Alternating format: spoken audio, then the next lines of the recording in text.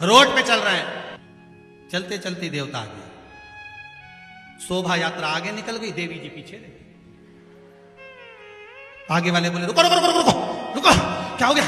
माता जी आई है, वो आगे ही नहीं बढ़ रही है। फिर नरियल ला, फिर अभी भी नहीं बढ़ी, 2 कदम बढ़ा, कपूर ला, कपूर भी जला गया, अभी भी नहीं गई तो नींबू ला। अब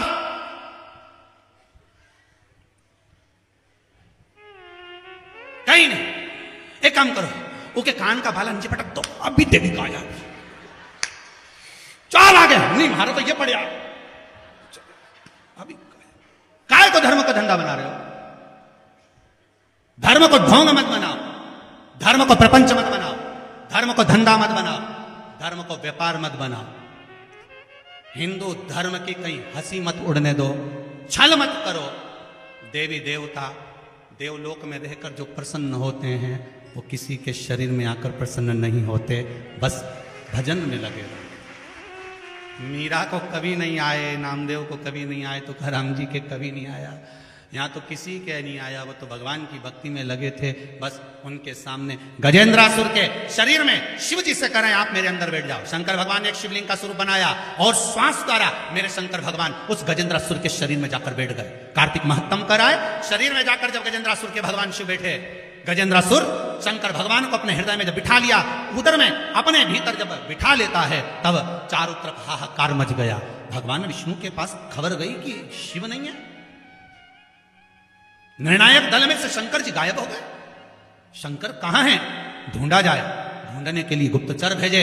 मालूम पड़ा कि शंकर भगवान को गजेंद्रासुर के हृदय में अंदर जाकर बैठ गए, शिवलिंग की आकृति में बैठ गए। अच्छा, अब इनको प्रकट कैसे करें? इनको प्रकट कैसे करा जाए? तो कहा प्रकट करने का एक तरीका है। क्या?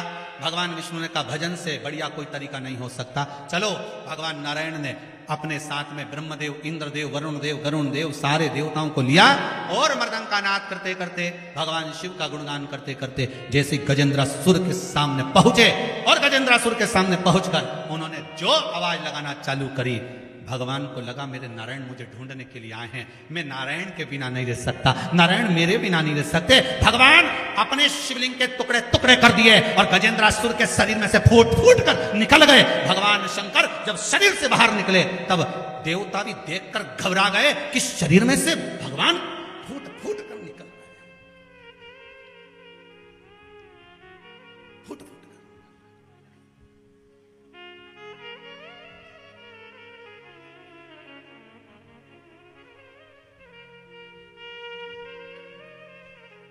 शरीर में अगर देवता भरा जाते हैं, दूसरे का भला कर सकते हो पर अपने खुद का कभी भला नहीं कर सकते। जिंदगी भर याद रखना। यहां कह रहा है गजेंद्रासुर के शरीर में से फूट फूट के निकले भगवान शिव का कड़कड़ निकला। घर में अगर आपको आ रहे हैं कुछ भी, तो घर के जो सदस्य रहेंगे ना, वो बहुत दुखी रहेंगे, तन से, मन से और धन से सुखी नहीं हो सकते। दुनिया वालों को भले आप नारियल दे दो, अगरबत्ती दे दो, 4 दाना दे दो, कह दो ये हो जाएगा माना, पर तुम नहीं सुखी हो सकते। फूट कर निकलो। अंत देखना था गजेंद्रासुर, और गजेंद्रासुर को इतनी जल्दी मर जाता? शिव जी की भक्ति कर रहा था, शंकर का गुणगान कर रहा था, शंकर का अनुमोदन कर रहा था, ऐसे कैसे मर सकता था गजेंद्रासुर? पर नारद जी ने चाल चल दी। नारद जी ने कहा शिव जी को अंदर बिठा ले, अपने अंदर उतार ले, और भगवान अंदर उतर गए। भगवान अंदर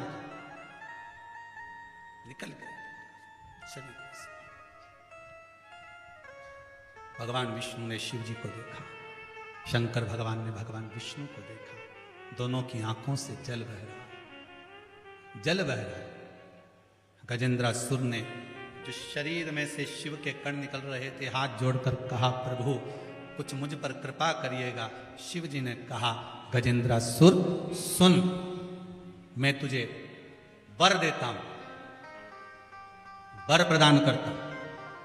जिस समय पर देव दीपावली होगी, कार्तिक की पूर्णिमा, जम के बोलिए कौन सी? कार्तिक की पूर्णिमा, जिस दिन देव दीपावली होगी, जिस दिन नाग दीपावली, देव दीपावली मनाई जाएगी, दिया प्रज्वलित करने के बाद जब दीप ठंडा हो जाएगा, उस ठंडे दीप में, ठंडा होने के बाद दिया जब ठंडा हो जाता है बाती लगाने के बाद, उसमें जो तेल रह जाएगा, बाती का अंश रह जाएगा, उसके फल से, कार्तिक महीने के फल से तेरी गति सवरेगी और तू नारायण के धाम में सदा विराजमान रहेगा। उस कार्तिक की पूर्णिमा के दीप की जली हुई बाती के भी पुण्य का भाग गजेंद्रासुर को मिल गया। कार्तिक महत्तम का इतना प्रमाण है हमारा। कार्तिक महत्तम, मैं तो धन्यवाद दे रहा हूं इन दोनों परिवार को, विसावाड़िया और महाराज सारस्वत जी को, कि आप कार्तिक के महीने में शिव महापुराण की कथा को जनमानस को श्रवण करा। और कार्तिक महत्तम का जो विशेष वर्णन है वो जीवन का सुख है। हम फिर निवेदन करेंगे, कार्तिक के महीने में आप कुछ नहीं कर सकते तो कहीं पीपल की जड़ के नीचे, कहीं आंवले की जड़ के नीचे, कहीं बेलपत्री की जड़ के नीचे आप जाकर उस वृक्ष के नीचे दीप जरूर लगाओ, जलाइए। कार्तिक का महीना चल रहा है, अगर ज्यादा दुख है, तकलीफ है, तो दुख दहन स्तोत्र का पाठ। कौन सा पाठ? दुख दहन स्तोत्र का पाठ। आप इन 3 वृक्ष में से, आंवला हो, पीपल हो, चाहे बेलपत्र हो, इन 3 वृक्ष के नीचे कहीं पर भी बैठकर आप उस पाठ का स्मरण करो, घी का दीप लगाकर। बाबा चाहेगा मेरा विश्वनाथ तो आपके दुख को नष्ट करेगा और सुख का आनंद प्रदान करेगा। दुख दहन स्तोत्र, शिव उपासना।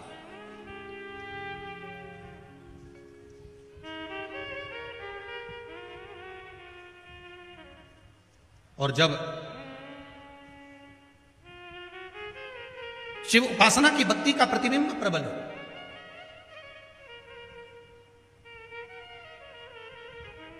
तब एक आनंद की अनुभूति, वो कहे ना, भोले हे शंकर हे शिव, तेरे चरणों की धूल जो मिल जाए, सच कहता हूं बाबा मेरी तकदीर